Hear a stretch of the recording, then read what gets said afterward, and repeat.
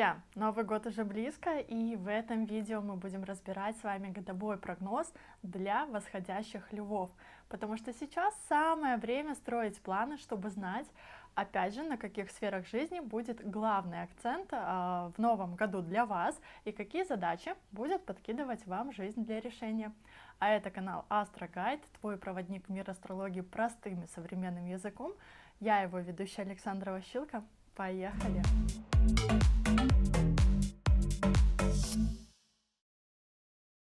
И прежде чем мы приступим непосредственно к трактовкам самого прогноза, я хочу пояснить, что прогноз мы с вами будем строить по технике транзитов планет, так как планеты у нас на небе постоянно двигаются, и, собственно, по их движению, перемещению мы можем сделать определенные выводы. Транзит планет — это положение планет на небе в рассматриваемый нами промежуток времени. И в этом видео мы с вами посмотрим, какая планета где будет находиться в 2024 году, и, соответственно, сделаем выводы, а что это может дать в жизни каждого из вас. И также я напоминаю, что гороскопы на этом канале я рассматриваю в ведическом стиле, и в описании под видео размещена ссылка на сайт, где вы можете построить свой персональный гороскоп и узнать свой восходящий знак. А план видео у нас с вами следующий. И сначала мы с вами рассмотрим самые длительные транзиты. Это транзиты Сатурна, Юпитера, Раху и Кету. И я уже рассказывала на этом канале, что транзит Сатурна у нас длится 2,5 года, Юпитер в одном знаке пребывает 1 год, а транзит Раху и Кету длится 1,5 года в одном знаке. То есть это такие транзиты, которые оказывают, прям очень серьезное воздействие на жизнь человека.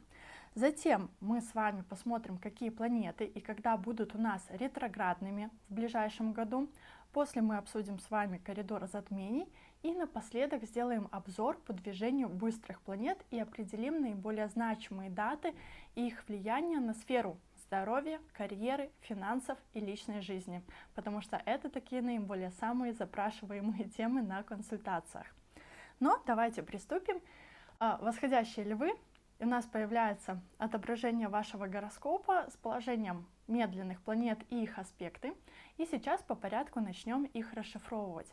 И начнем мы, конечно же, с анализа Сатурна, потому что на протяжении всего 2024 года Сатурн будет находиться у вас в 7-м доме гороскопа. И, конечно, Сатурн — это планета ограничений, планета порядка. То есть он, как старый мудрый дедушка, будет заставлять вас навести порядок и следовать обязательно четко, последовательно намеченному плану в той сфере, в которой он находится. А 7-й дом гороскопа — это у нас про личную жизнь и взаимоотношения с другими людьми. Поэтому, с одной стороны, Сатурн может ограничивать количество ваших контактов. В этот период может быть, например, меньше новых знакомств, но при этом, если вы будете знакомиться с людьми, то это однозначно должны быть качественные, надежные люди в вашем окружении, с которыми можно будет строить именно долгосрочные отношения. То есть отношения, направленные именно на долгосрочную перспективу и сотрудничество. И это могут быть в том числе очень серьезные люди, например, старше вас по возрасту, либо более опытные, знающие, которые, заключая сотрудничество с вами, помогут в том числе и вам выйти на новый для себя уровень.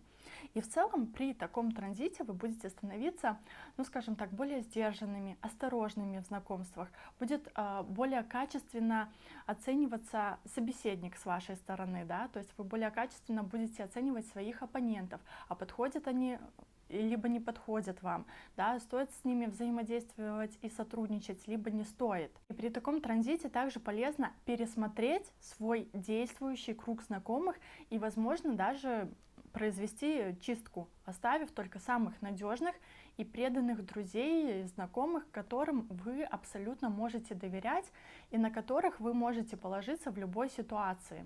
То есть тех людей, с которыми вы планируете еще достаточно долго шагать по жизни, или тех, перед которыми у вас есть какие-то обязательства. И как я уже говорила, Сатурн — это планета серьезная, планета качества. И Сатурн способствует укреплению партнерских отношений, причем как деловых, так и супружеских. И в какой-то степени он даже дает вам повышенное чувство ответственности перед другими людьми. что, скажем так, не всегда свойственно львам. И в этот период человек начинает более качественно выбирать, вот с кем ему и как ему проводить время, потому что тенденция такая, что ваши поступки, каждый ваш шаг находится под прицелом Сатурна, да, под прицелом окружающих. И люди тоже могут осудить очень строго вас, ваши действия, поэтому тут нет места, скажем так, пустому времяпровождению, либо каким-то развлекательным, увеселительным мероприятиям, которые очень любят львы. И опять же, времяпровождение и развлечения должны начать нести, скажем так, более серьезный характер, в том числе, да, и некую пользу для вас, которую вы можете использовать в дальнейшей перспективе. Ну, например, сходить на выставку или на какое-то мероприятие, чтобы познакомиться с нужными вам людьми, с которыми вот в будущем вы сможете сформировать какое-то партнерство, либо какую-то совместную деятельность, или заключить там сделку, подписать, например, договор. И, конечно, еще одна такая тема в рамках партнерства — это личная жизнь. И, например, если вы до сих пор холосты, да, то в этот период наверняка задумаетесь о том, какой должна быть ваша вторая половинка и с кем вы готовы вступить в отношения для создания семьи. То есть, каким должен быть ваш избранник либо ваша избранница, и именно на этот типаж вот вы будете ориентироваться, не вступая в краткосрочные связи просто ради того, чтобы были хоть какие-то отношения.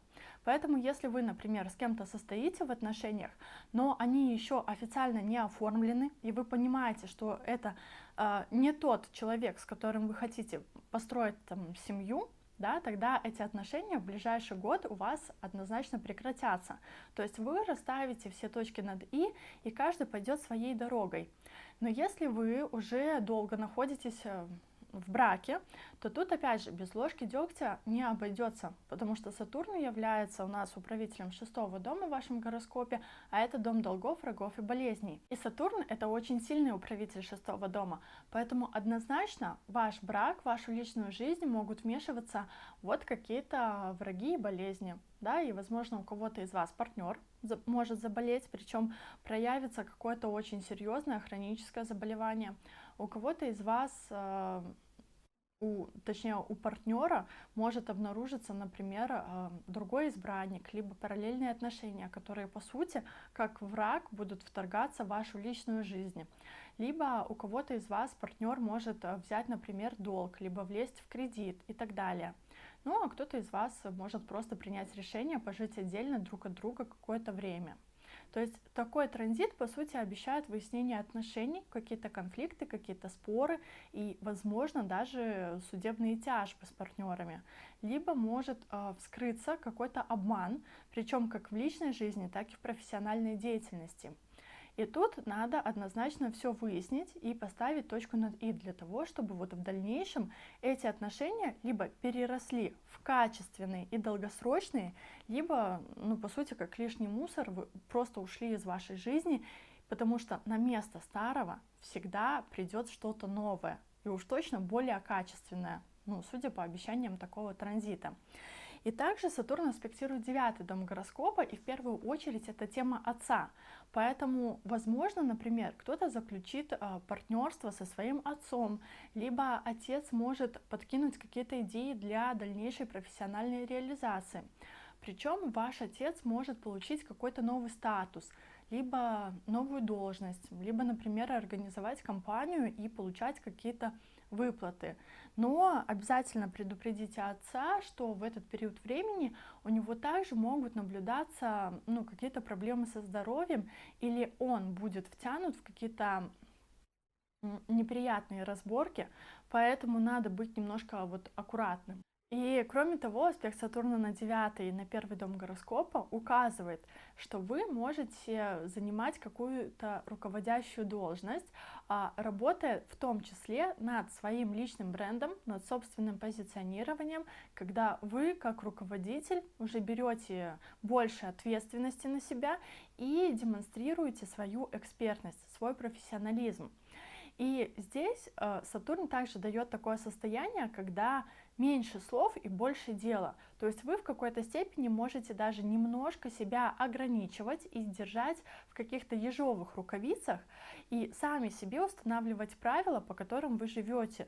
То есть, ну, скажем так, вы стратегически выстраиваете свою жизнь пошагово и придерживаетесь строго этого плана, так как любое отклонение по Сатурну практически невозможно.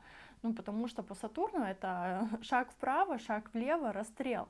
Но не переживайте, да, то есть иногда достаточно, в редких случаях, конечно же, вы можете себе позволить больше отдыха, больше какого-то расслабления, но это будут такие, ну, единичные моменты, да, потому что в целом по Сатурну, ну, все-таки вам придется держать себя в каком-то напряжении, и по сути всегда надо держать руку на пульсе.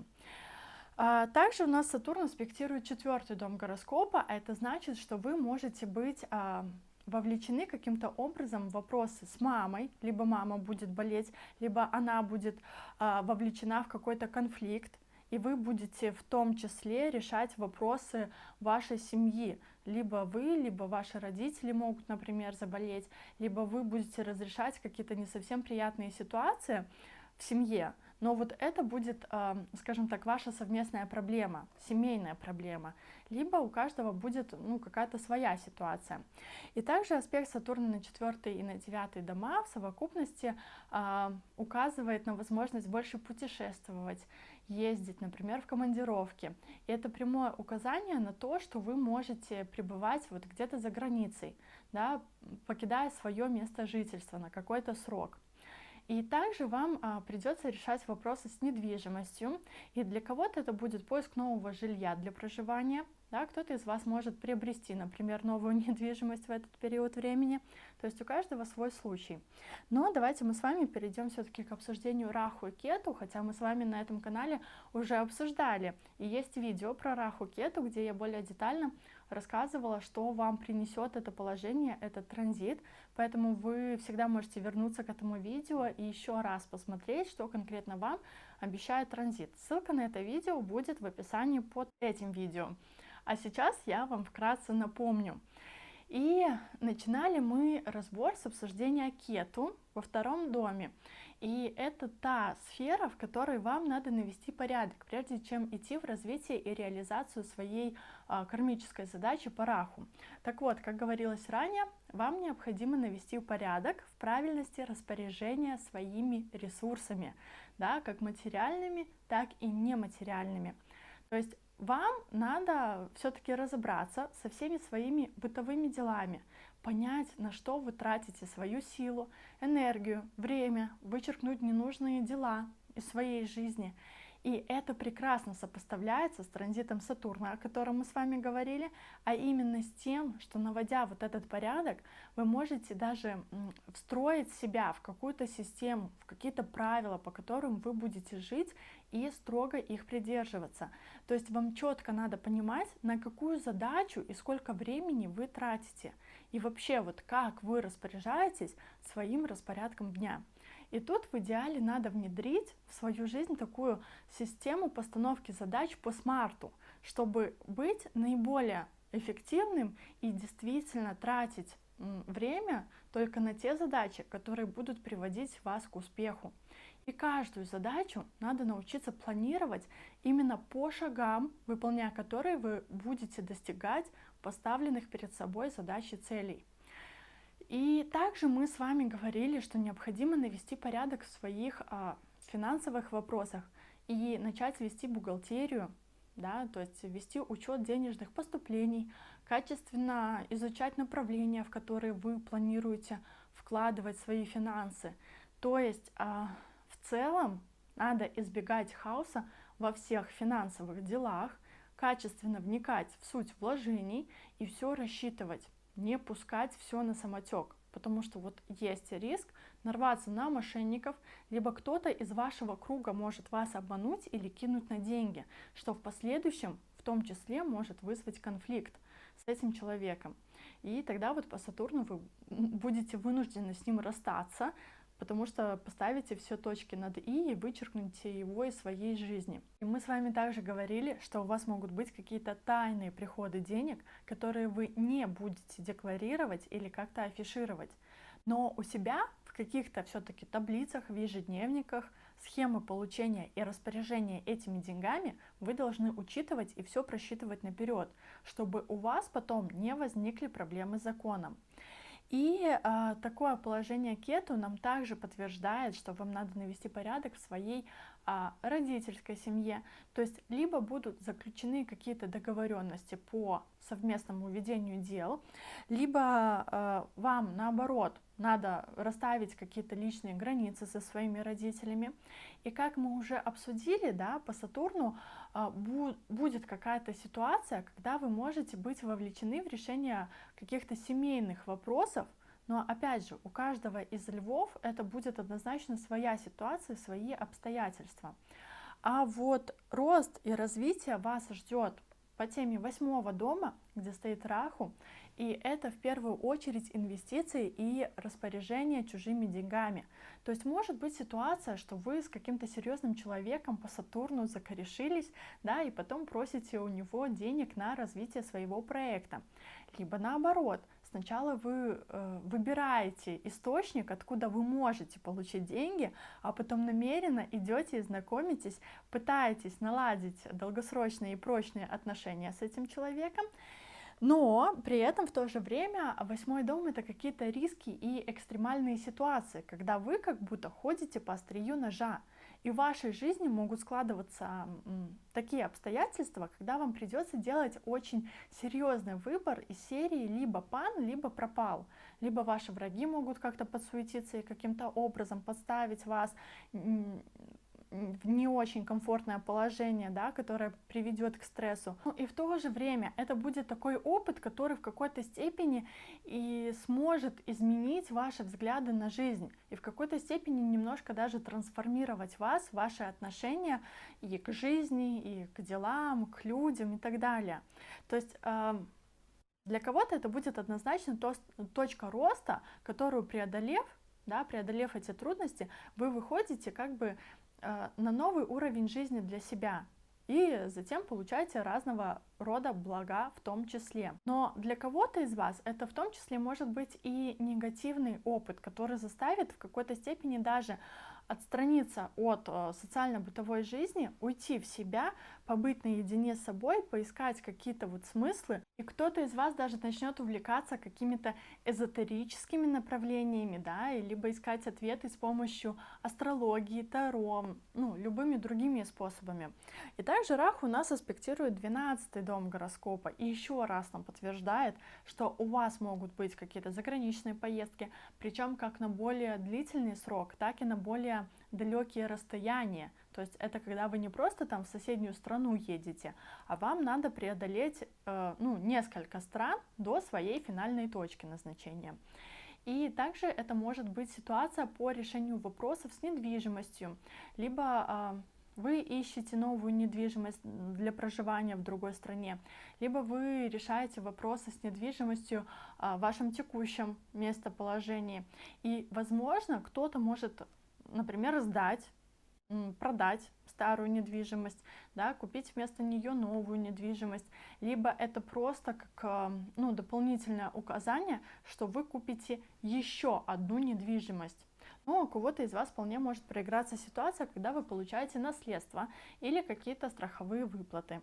И в целом по этому транзиту можно сказать, что тихая и счастливая жизнь вам только снится, потому что будут ситуации, которые могут давать стресс, какое-то эмоциональное беспокойство, с которым вам тоже надо будет научиться работать. И в том числе будут присутствовать какие-то рискованные ситуации, но главное помните, что тот, кто не рискует, тот не пьет шампанское. А это однозначно интересный опыт, хотя может и не совсем приятный, который вам надо преодолеть, да, чтобы стать немножечко лучше. И мы переходим далее к рассмотрению Юпитера. И до 1 мая 2024 года Юпитер будет находиться у вас в знаке Овна, то есть в вашем 9-м доме гороскопа.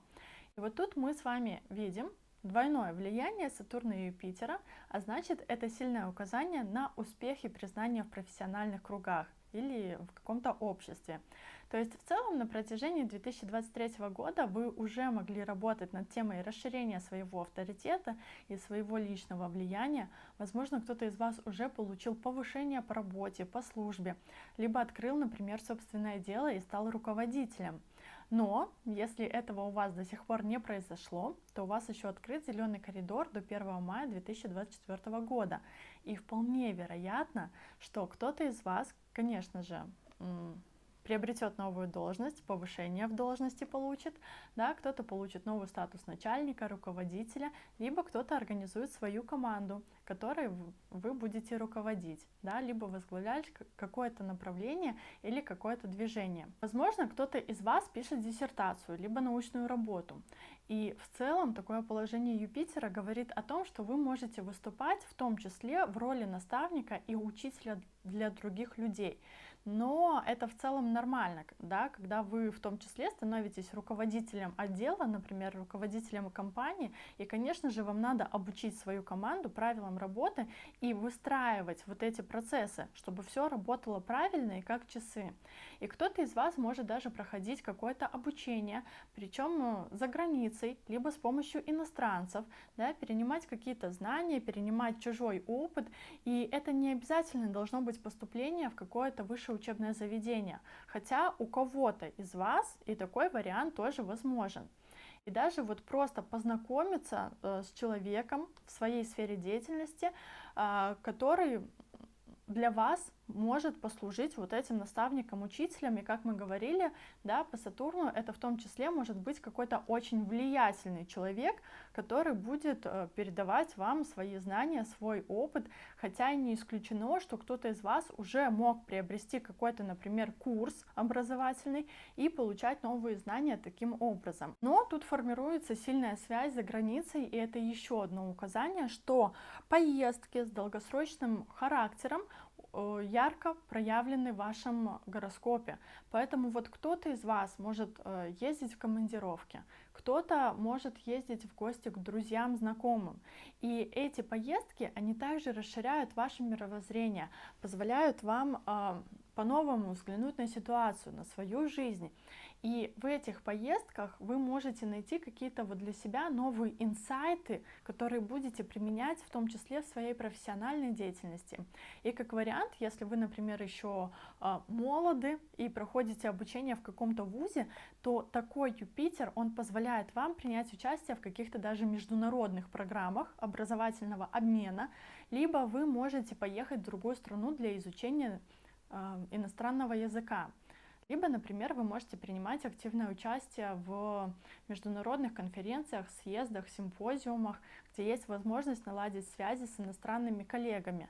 Ну, а также кто-то из вас может заключать контракты, либо, например, разместить свой капитал за границей. А кто-то из вас может начать больше практиковать, например, духовную практику, изучать психологию или стараться вот посмотреть на жизнь с какой-то философской точки зрения и применять вот этот философский подход к решению тех либо иных задач. И вот помните, мы говорили, что с вашим отцом может произойти какая-то неприятная ситуация, либо там по здоровью, либо иного характера.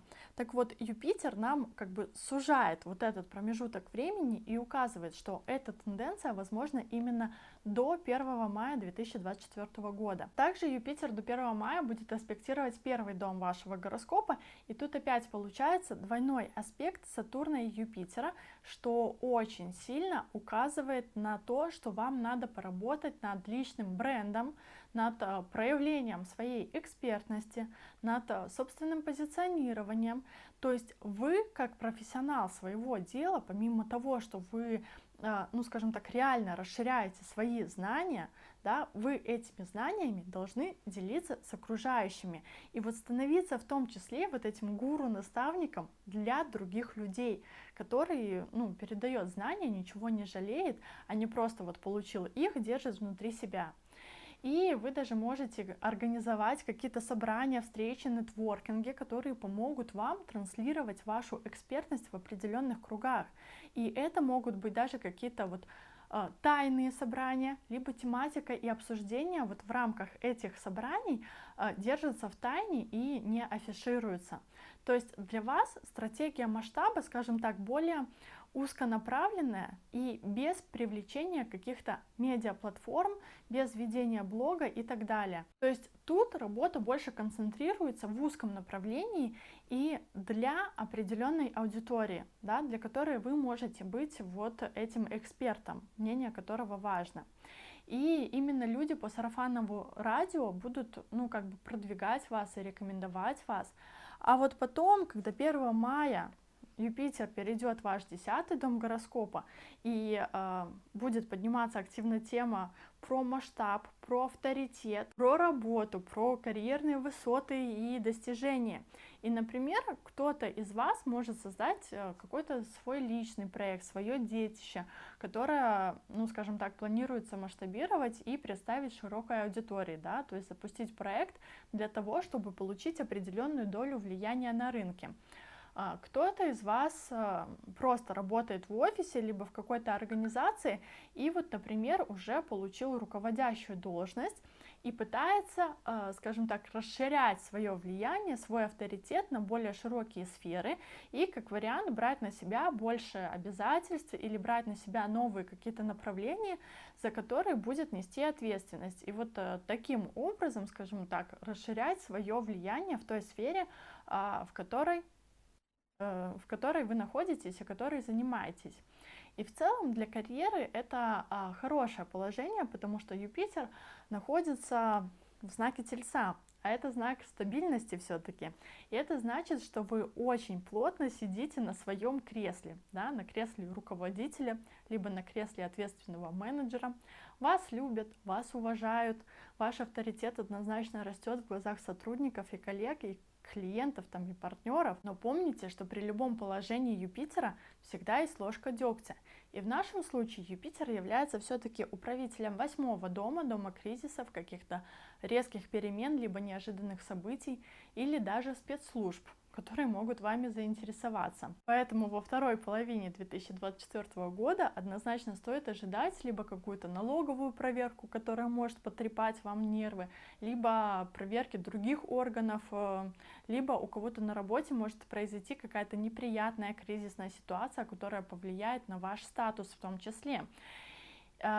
Возможно, намеренно активизируются ваши враги, ваши недоброжелатели, которые в том числе будут стараться вставлять палки вам в колеса вашей деятельности и будут стараться портить вашу репутацию, да, плести какие-то сплетни, интриги, либо постараются втянуть вас в какие-то не совсем приятные авантюры, да, из которых вам придется постараться выйти чистеньким из воды, либо это могут опять же быть ситуации, которые могут провоцировать судебные разбирательства, либо иного рода проверки, когда вот будет конфликт, отстаивание интересов, потому что Юпитер у нас все-таки аспектирует 6-й дом гороскопа, и во второй половине 2024 года все-таки очень важно держать руку на пульсе, если вы дорожите своей карьерой и своей репутацией, и просчитывать каждый свой шаг, да, каждое предложение, которое поступает вам извне.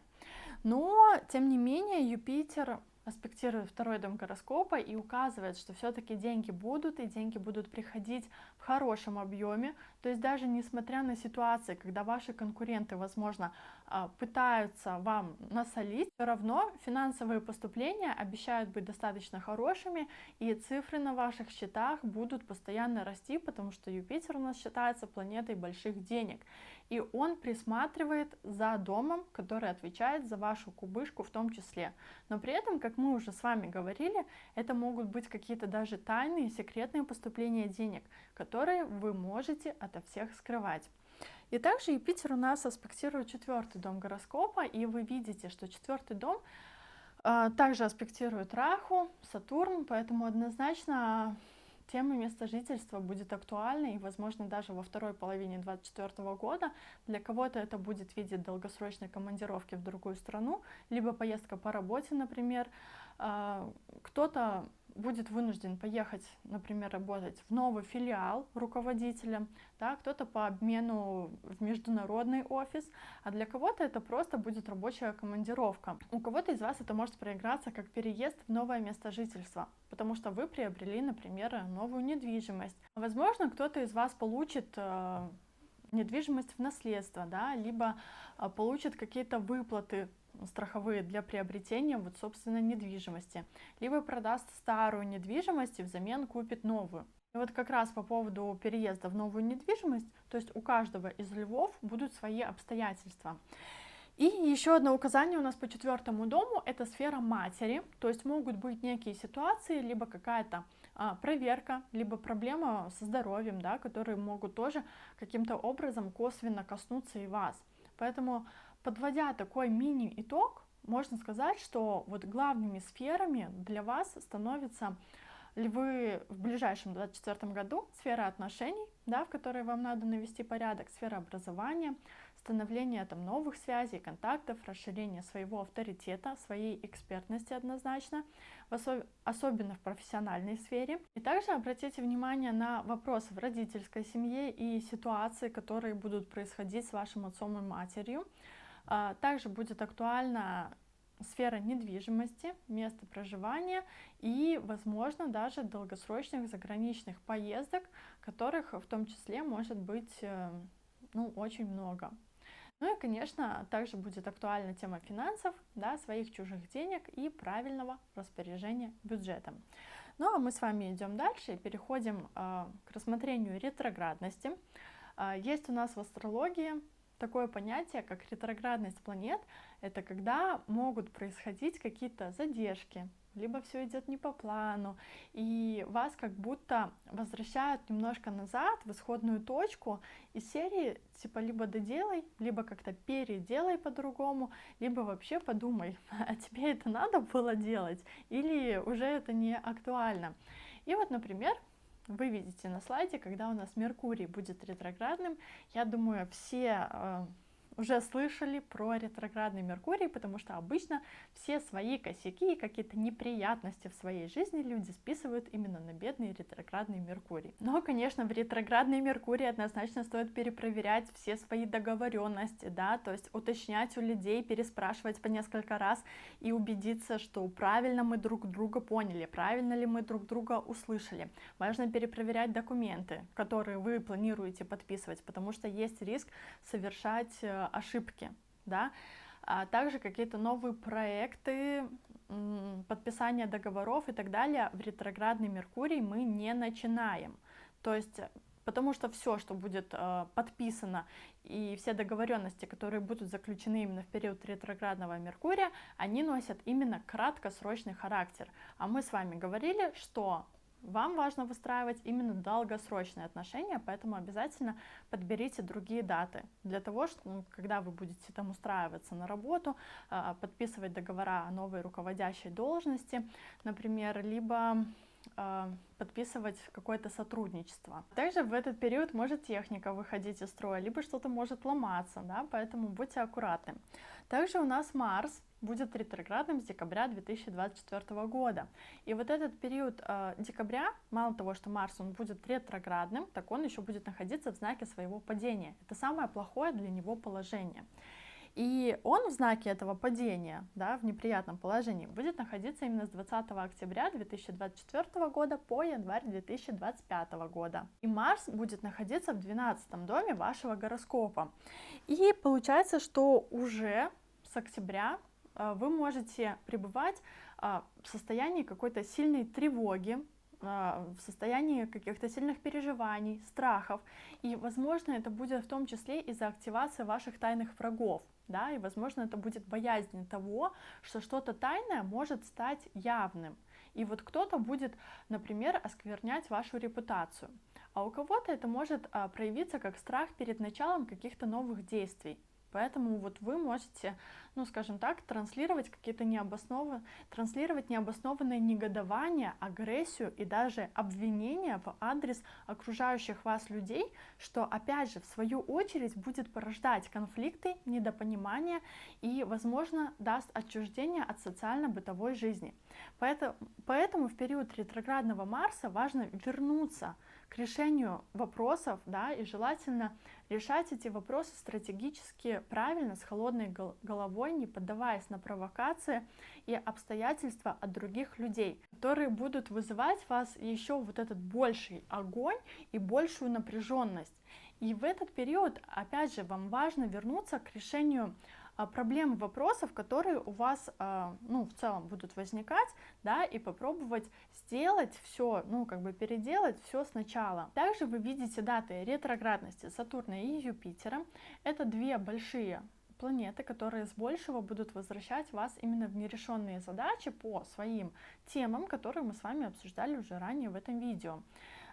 Ну, либо они вам могут давать также какие-то задержки в реализации задуманного. То есть ну, будет такой эффект, что вы как бы делаете шаг вперед, стараетесь изо всех сил, а по итогу откатываетесь на 2 шага назад, да, и все процессы, они каким-то образом происходят очень медленно, и вы движетесь со скоростью черепахи.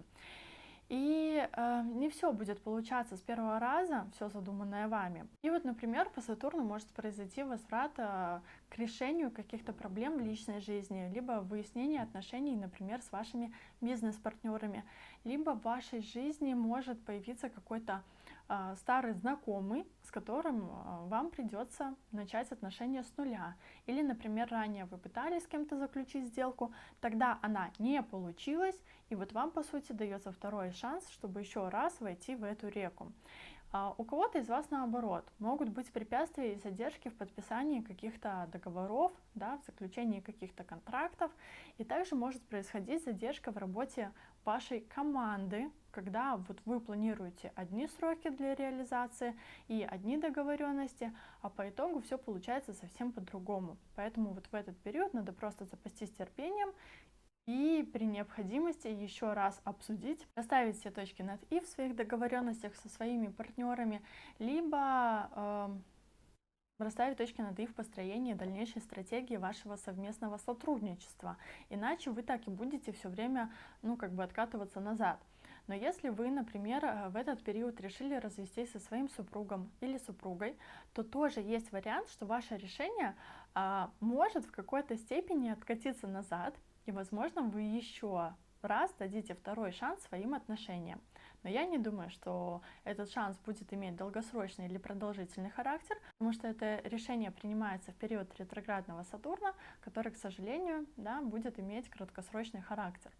И аналогичная ситуация по Юпитеру. Например, он может возвращать вас в нерешенные проблемы касательно работы, своей какой-то профессиональной реализации, своего влияния, своей репутации, своего авторитета.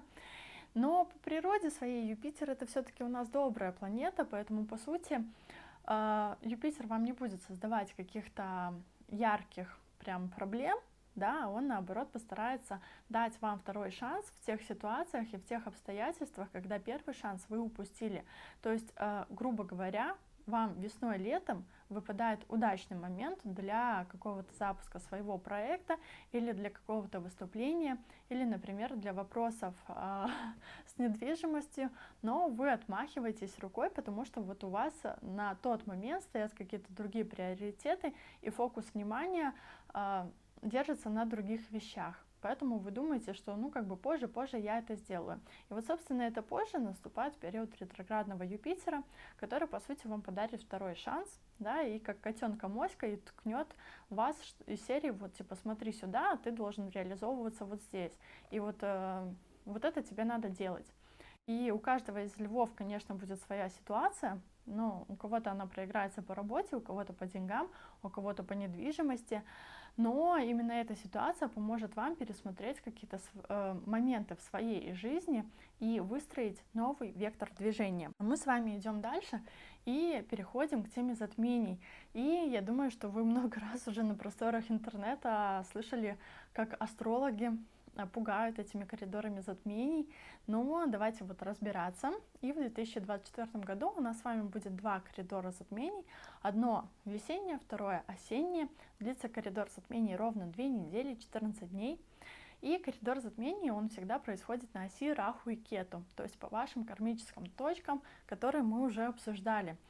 И это своего рода проверка, экзамен, в том ли направлении вы двигаетесь, там ли вы навели порядок, да, насколько качественно у вас получается приобретать тот опыт, о котором мы с вами уже говорили.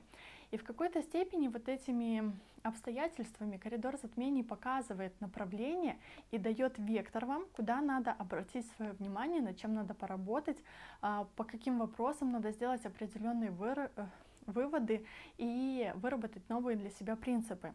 И да, как бы в этот период или чуть-чуть позже могут происходить какие-то совсем нежданно-негаданные события, которые в том числе могут у кого-то из вас вызывать стресс и переживания, но все это явление временное.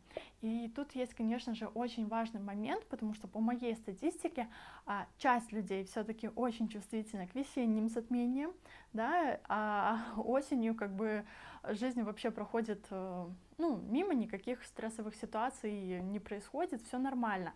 А вот часть людей, наоборот, весенние затмения никак не ощущают, то есть жизнь как шла, так и идет, а вот осенние затмения дают о себе знать и приносят в жизнь какие-то очень важные и значимые ситуации, которые в том числе могут вызывать очень яркий стресс для человека.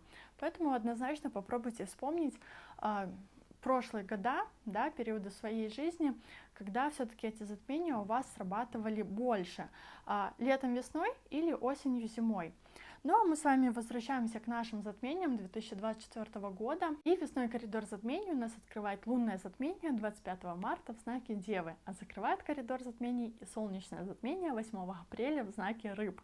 И, как правило, лунное затмение, оно все-таки больше действует у нас на девушек, солнечное затмение больше действует на парней, но, тем не менее, 3 дня до, 3 дня после вот самого коридора затмений все-таки старайтесь держать себя еще в руках, не поддаваться на провокации от других людей, либо от каких-то жизненных обстоятельств, да, принимайте весь опыт с холодной головой, и лунное затмение будет у вас во втором доме гороскопа. А это сфера, в которой вам первоначально надо было наводить порядок по Кету, да, то есть как мы с вами обсуждали.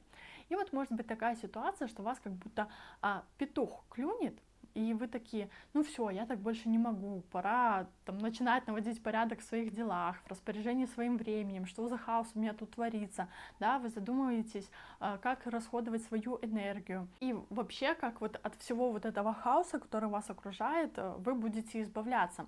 Но вполне возможно, что у кого-то из вас случится, например, какая-то неприятная ситуация в семье, и потребуется однозначно ваша помощь. И очень важно держать в этот период язык за зубами, да, и не наломать дров в отношениях со своими родителями. У кого-то лунное затмение, конечно же, проиграется по финансам. А вот по Солнцу, которое заканчивает коридор затмений, важно не форсировать события и не поддаваться на какие-то конфликты, да, чтобы избежать в том числе крупных финансовых потерь. Но если вы рассчитывали, например, на какую-то материальную помощь, то, скорее всего, в этот период может произойти, скажем так, какой-то облом. Поэтому лучше посвятить время тому, что вы с холодной головой стратегически начнете планировать, у кого, когда и сколько денег надо попросить для реализации своих дальнейших идей. И вот затем воплощать этот план вы можете на протяжении ближайшего полугода. Потому что результаты одного коридора затмений, как правило, действуют именно полгода до начала следующего коридора затмений. И как вариант, вот в этот период вы в том числе можете обратиться за консультацией, например, к астрологу, к психологу, либо самостоятельно изучать эту тематику, например, с помощью моего канала. А затем будет осенний коридор затмений, который открывает лунное затмение 18 сентября, но в знаке Рыб, а закрывать его будет солнечное затмение 2 октября, но уже в знаке Девы. И вот по лунному затмению, которое будет в 8 доме вашего гороскопа, возможен какой-то стресс, какие-то переживания по поводу финансов, долгов, кредитов, либо денег, которые вам могут давать другие люди, да, либо могут решаться однозначно вопросы по поводу наследства. И вполне возможно, что в вашей жизни даже вскроются какие-то моменты, которых вы ранее не хотели замечать. Ваше эмоциональное состояние в пределах вот этого коридора затмений, оно может быть абсолютно нестабильным, и вы можете пребывать в каком-то стрессе. Например, из-за внезапно появившихся проблем, которых вы абсолютно не ожидали, и это могут быть проблемы, например, с деньгами. А вот солнечное затмение будет во втором доме денег и ваших сбережений. Поэтому в целом этот коридор затмений направлен на то, чтобы разрешить финансовые и имущественные вопросы, которые, ну скажем так, вас ранее немножко тяготили.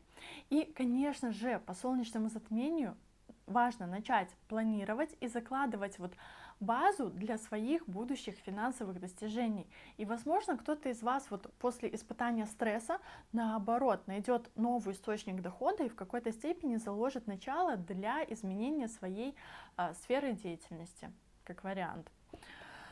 Но мы с вами пойдем дальше и переходим к разбору каждой сферы.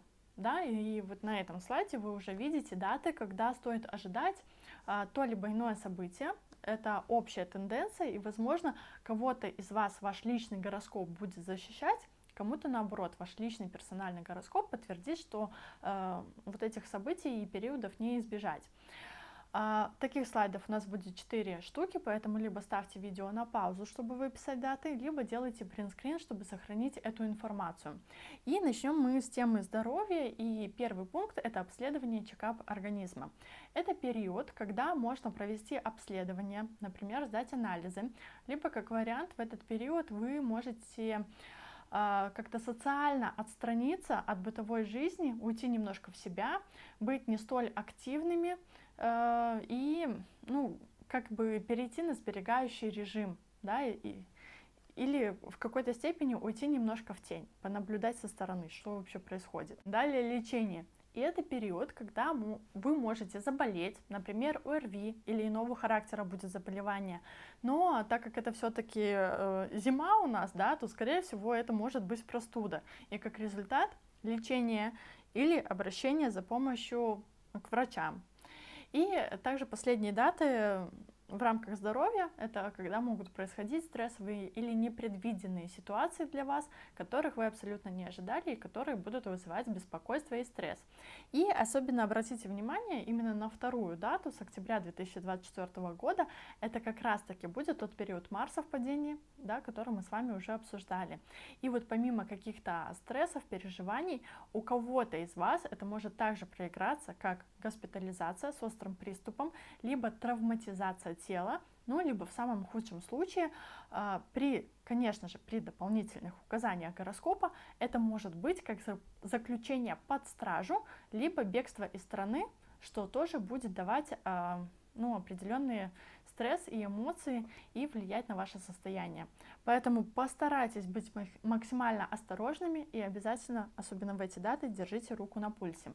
А мы идем далее, и это личная жизнь, и тут вы видите тоже 3 категории. Первая категория — это дата, когда может произойти какое-то неожиданное расставание с партнером. То есть вот как мы говорили, когда резко собрал чемодан, куда-то ушел, уехал, либо отношения распались вследствие какого-то конфликта.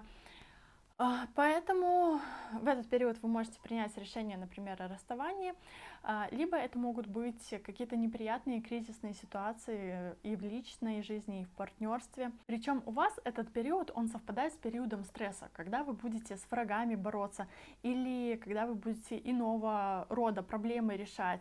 И тут уж, конечно, не до личной жизни вам будет. Поэтому гороскоп, он как бы намекает, что личная жизнь страдает, и вполне возможно, либо будет вынужденное расставание с партнером, да, когда необходимо, например, спрятать партнера, либо самому придется уехать. Но у каждого льва однозначно будет своя ситуация. И следующие даты у нас — это когда ваша личная жизнь будет процветать. То есть это такие, скажем, благоприятные периоды, периоды романтики, наслаждения, когда вас и партнер радует, и в отношениях вы получаете очень много удовольствий. Либо в этот период вы можете даже познакомиться с какими-то новыми людьми, с новым человеком, либо заключить благоприятное партнерство партнерство, да, благоприятное сотрудничество. Также в эти периоды может происходить рост процветания вашего партнера, вашего супруга. Например, будет присутствовать удача в рабочих делах, в моментах он может получать какие-то премии, награды. Следующий пункт — это конфликты. Это период, когда обстоятельства вас будут склонять к выяснению отношений в паре, и могут быть споры или конфликты, связанные с, например, разными взглядами на решение какой-то ситуации. Либо у кого-то это может проиграться как болезнь партнера, да, у кого-то это может проиграться как измена партнера. Но в целом этот период, он будет провоцировать именно в вас проявление вот этих негативных эмоций, и именно вам будет хотеться выяснять отношения с партнером и вступать в конфликт. Ну а мы идем далее, это статус и карьера, и здесь подразумевается как профессиональная реализация, так и изменение социального статуса по типу оформления ВНЖ, гражданства, там, рабочих виз, например, либо изменение статуса в отношениях из серии там, пожениться, развестись и так далее. И вот на слайде вы тоже видите периоды процветания, когда можно, скажем так, просить повышения в должности, повышения зарплаты, проводить какие-то мероприятия, которые в том числе помогут вам распространить свое влияние, улучшить свою репутацию и показать всем, что именно вы являетесь вот авторитетом среди всех профессионалов, и вы такой классный. И также это периоды, когда лучше заявить о себе, да, и благоприятно в эти периоды оформлять какие-то документы на изменение своего статуса, либо подписывать контракты или заключать новые договоренности какие-то. А вот периоды неудач — это по сути периоды, когда ваши затеи, задумки, либо какие-то идеи, они просто могут провалиться. Поэтому однозначно не планируйте каких-то важных событий, важных мероприятий в этот промежуток времени. Лучше повременить и заниматься, скажем так, своими бытовыми повседневными делами и вопросами. И однозначно в этот период надо быть более осторожным именно на своей работе, осторожным по отношению к своей репутации, если вы их дорожите, так как могут однозначно активизироваться ваши враги, либо люди, с которыми у вас может созреть конфликты, ну, либо кто-то из ваших коллег может вас как-то подставить. То есть могут быть какие-то непредвиденные ситуации, которых вы даже не ожидали, поэтому вам придется даже как-то очень экстренно решать вот возникающие ситуации. И для кого-то из вас это тоже может быть периодом увольнения, например, либо расторжения каких-то договоренностей, либо развод. Поэтому однозначно учитывайте эти даты в построении своих дальнейших планов. А мы идем дальше, и это слайд «Финансы». Так уж устроено в нашем гороскопе, что деньги, они не зависят от занимаемой нами должности.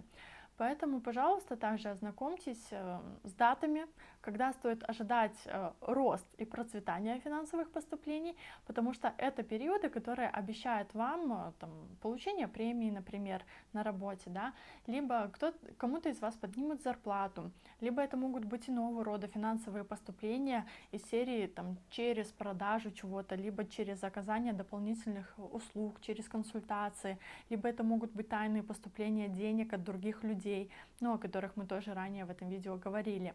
А вот в разделе потери и траты обозначены периоды, когда вы можете совершать либо какие-то крупные покупки, либо все-таки, например, наткнуться на мошенников, либо это будут какие-то вынужденные траты, да, на помощь кому-то, либо на ремонт чего-то, которых вы тоже не планировали.